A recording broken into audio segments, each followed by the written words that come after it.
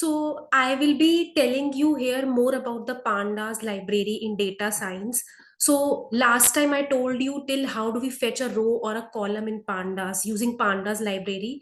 In this video, we will see how do we read a CSV file in Pandas. Actually, when you work in ML, AI, data science, the data comes from the external sources. It can be through CSV file most of the time. Means data which you will be using will be in the form of CSV file. CSV file means comma separated values, which is like an Excel file only. But here we are going to see how do we read that data. So Pandas provides a function to read the CSV files. So let's take an example of a CSV file and read the data using Pandas. So I will just check if I'm having a CSV file.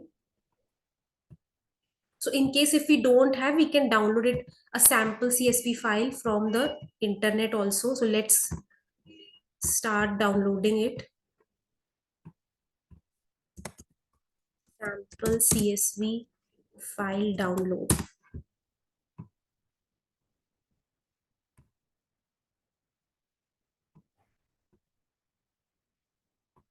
So any file will work.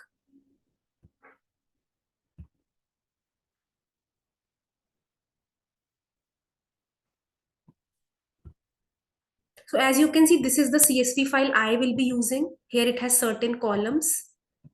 Okay. But the problem is it is not having headings. So what we can do is we can download some proper CSV file with some headings. So in that case, we can directly download certain file which is used in data science, like a file called salary-data.csv. We can download this file.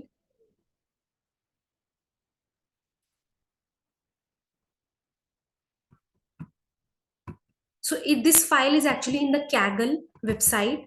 Kaggle is a website where you can download huge, all the CSV files. Means it has a huge repository of CSV files and other types of data set. So you need to create your account in Kaggle and then you can download it from here. So as you can see, this data set which I'm going to use is salary underscore data. So let's click on download.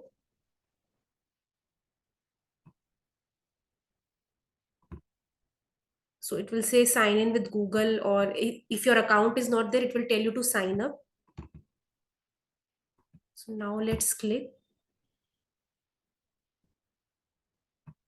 Okay, so it is giving us a zip folder. So I will extract this folder.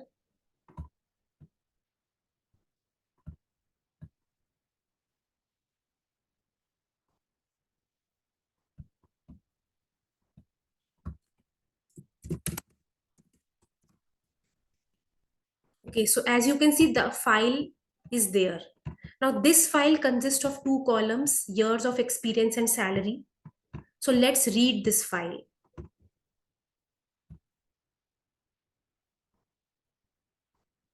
So we will go to the Jupyter notebook. So already I have imported the Pandas library over here. Now Pandas provides us with a function called read underscore CSV. So we write pd dot read underscore CSV. Here PD is the alias I have given to my library Pandas. If you do not want to give the alias, you can directly use the name of the library Pandas. So pd.read CSV. Now when we read any file in Python, we need to mention its path also, because that file can be in another directory and my Jupyter notebook can be in another directory. So let's get the path. So my file is in the downloads folder. So I will just copy its path from here.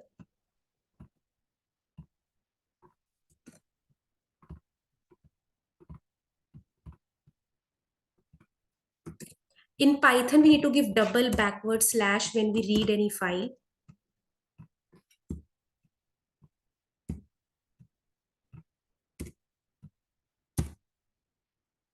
So here I will mention salary underscore data dot CSV. So you can see that it has read the CSV data over here. So let me give it some name.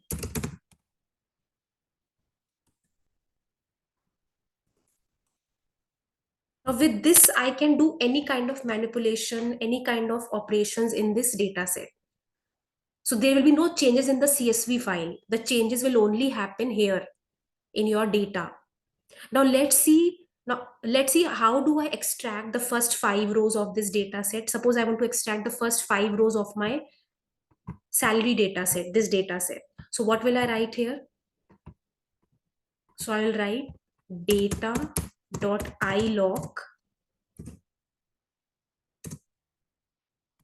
Now I want, sorry, data.head 5. So this means extracting the first 5 rows. Similarly, to extract the last 5 rows, you will write data.tail. For analysis, when we want to, extract certain number of rows only, then you can use head and tail function for that. Now let's see how do we deal with columns in this. So in data science, we might need to manipulate the data, row wise or column wise. So it is important for you to understand how do we deal with columns and rows. So both has different types of functions. So let's get started. So first we will see how do we deal with columns in a data frame. See, when you read a CSV file, it will be in the form of data frame only. So I can perform all the functions of data frame in this CSV data set. So let's see how do we deal with columns. So I will just give a heading over here.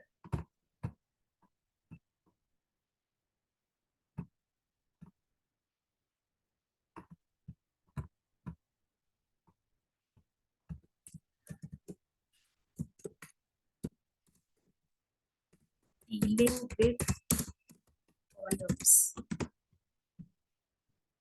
Okay, so here it does not support the heading like option. So let it be. So let's start with dealing with columns. Now, suppose I want to add a new column in my data set. I want to add a new column in my current data set. So how will I add? So let's say I want to add an address column here. Now, actually, the problem is that in this data set, the data is too long, too large. So what we will do is we will use another data set. So I will create a dictionary and I will convert it into a data frame. So I'm creating a dictionary here using a data frame class. And let's say it is having the name of certain people,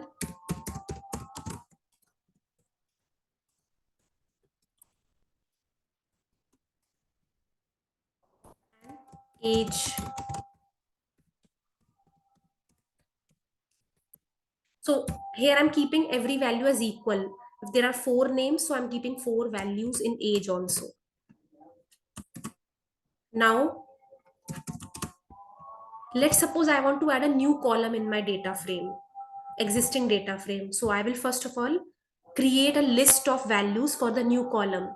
Let's say I want to add address column in this data frame. So I will write address equals to,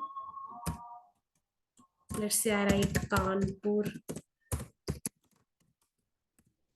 Mumbai,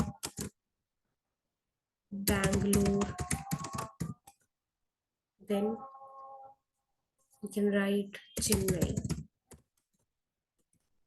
Now I will assign this list to a column in my data frame. So I will create a new column in my data frame by writing the name of the column and I will assign it to this address. So now if I check my data frame, you can see the new column is added. So that is how we add a new column.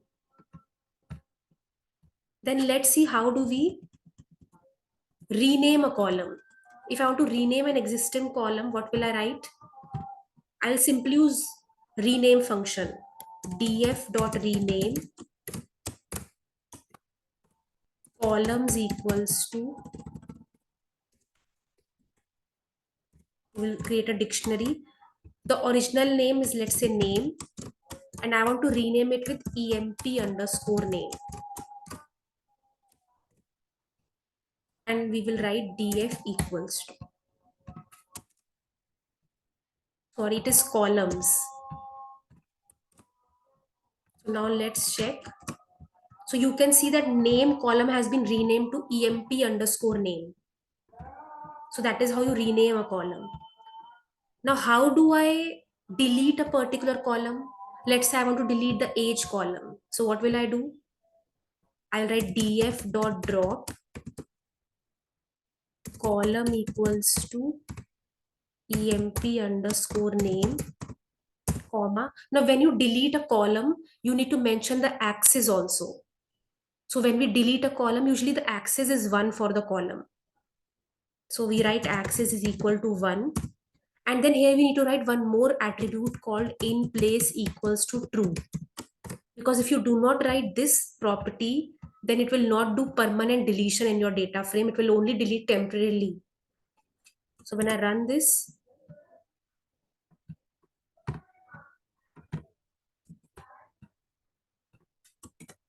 yeah, actually again it is columns, not column. So now, okay, by mistake I have deleted the emp name column, not an issue. So this is how you delete a column. Then let's see the next.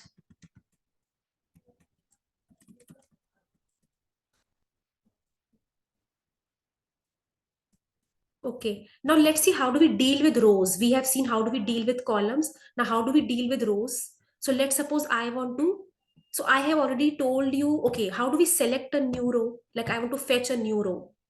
I want to select a particular row. If I want to fetch this row, what I will do? I will write df dot ilog index. So whatever row you want to fetch, you need to mention the index of that row. Similarly, how do we add a new row? So to add a new row, you need to write, firstly, you need to create a row. Means you need to separately create a data frame, which you will insert it as a row in this current data frame. So let me give the new row as new underscore row, and I will create it as a data frame.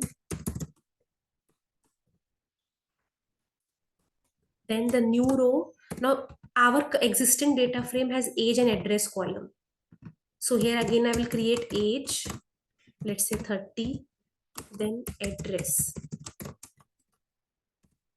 Let's say I write here.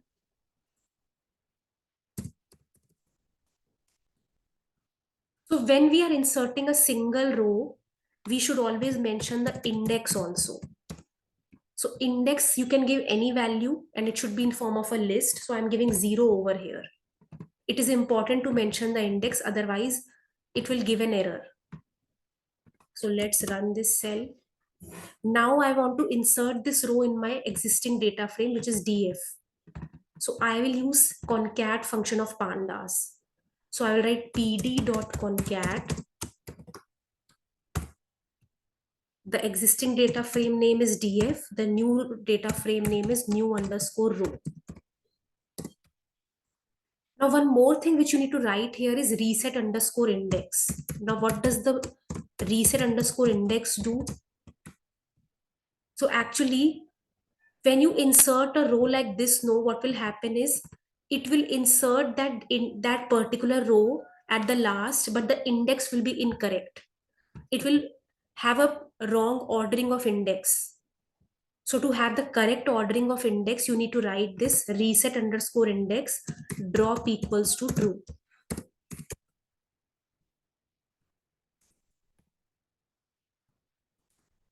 Now, if you check the data frame, you can see here that a new row is added, the last one.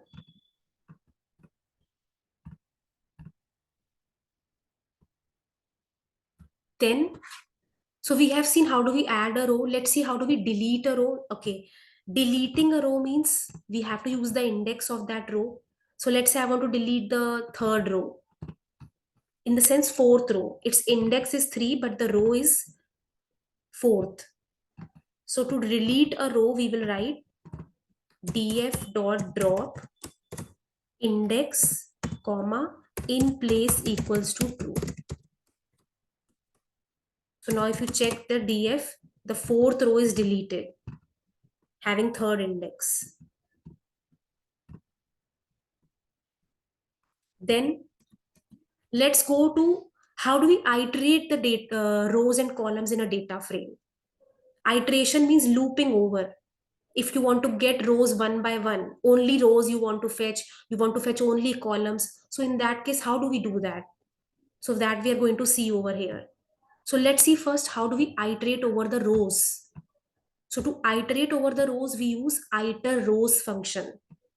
Iter rows function will return me two things.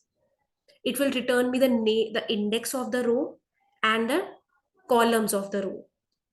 So let's go ahead and try this. So we will write for I comma j in df dot iter rows I print j. So here if you see that 0 is coming, this is the row index, this is the data. So this I points to the row index. So that is how iter rows will work. Similarly, if you want to iterate over the columns, then you will use iter items function to iterate over the columns. Now, iter items function will actually again return you two things, the column name and the column data. So let's go ahead and do this. So for I comma j in df dot iter items print I. Now when I print j here, no, what will happen?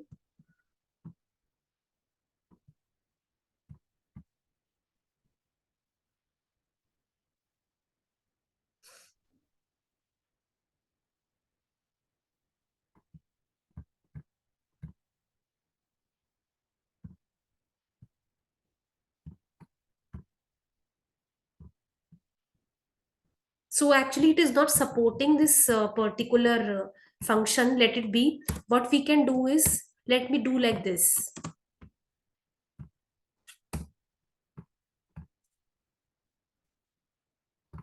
Okay. For I in df, if I print I, what will I get? I'm getting the column names. To get the data of these column, what I will do is, I will create a variable call data equals to df of I. And then I print this call data.